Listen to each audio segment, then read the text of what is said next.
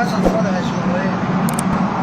يا أخت هارون ما كان أبوك امرأ سوء وما كانت أمك بغيا فأشارت إليه قالوا كيف نكلم من كان في المهد صبيا قال إني عبد الله آتاني الكتاب وجعلني نبيا وجعلني مباركا أينما كنت وأوصاني بالصلاة والزكاة ما دمت حيا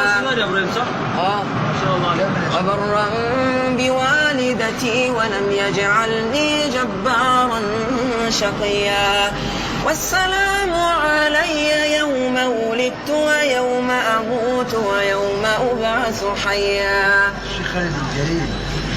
ربنا إنك تعلم ما نخفي وما نعلن وما يخفى على الله من شيء في الأرض ولا في السماء.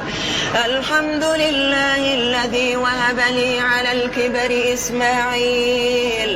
إسماعيل وإسحاق إن ربي لسميع الدعاء.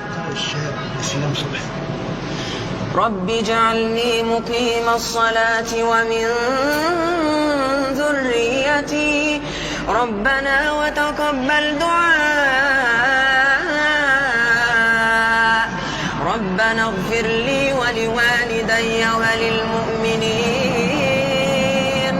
وللمؤمنين يوم يقوم الحساب.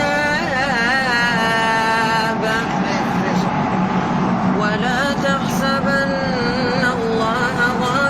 عما يعمل الظالمون إنما يؤخرهم ليوم تشخص فيه الأبصار مهطعين مقنعي رؤوسهم لا يرتد إليهم طرفهم وأفئدتهم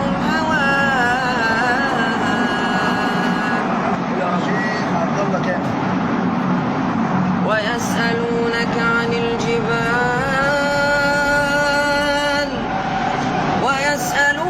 عن الجبال فقل ينسفها ربي نسفا ويسألونك عن الجبال فقل ينسفها ربي نسفا فيذرها قاعا صفصفا لا ترى فيها عوجا ولا أمتا يومئذ يتبعون الداعي لا عوج له وخشعت الأصوات للرحمن